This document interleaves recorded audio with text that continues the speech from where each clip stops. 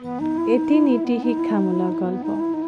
দ্ৰৌপদীৰ স্বয়ম্বৰলৈ যোৱাৰ পথত ভগৱান শ্ৰীকৃষ্ণই অৰ্জুনক বুজনি দি কৈছিল, হে প্ৰভু, তৰাজুত ভৰি ৰাখোঁতে সাৱধান হ'বা, শৰীৰৰ ভাৰসাম্য বজাই ৰাখিবা আৰু তোমাৰ লক্ষ্য যাতে কেৱল মাছটোৰ চকুৰ ওপৰত হয় তাৰ প্ৰতি গুৰুত্ব দিব লাগিব।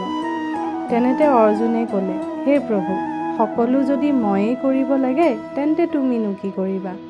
তেতিয়াই বাসুদেৱে হাঁহি মাৰি ক'লে, হে পাৰ্থ, যিটো তোমাৰ দ্বাৰা সম্ভৱ নহ'ব সেইটো মই কৰিম।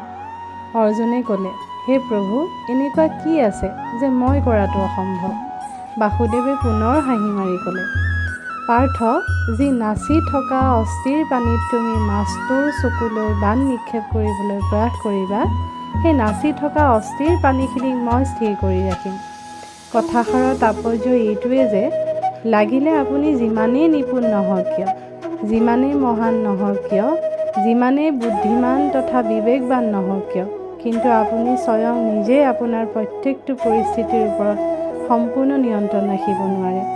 আপুনি কেৱল আপোনাৰ প্ৰয়াস কৰিব পাৰিব, কিন্তু তাৰো এক সীমা আছে, আৰু যিয়ে এই সীমাৰ বাহিৰৰ পৰিস্থিতি নিয়ন্ত্ৰণ কৰে সেইজনেই হৈছে স্বয়ং ভগৱান। ধন্যবাদ।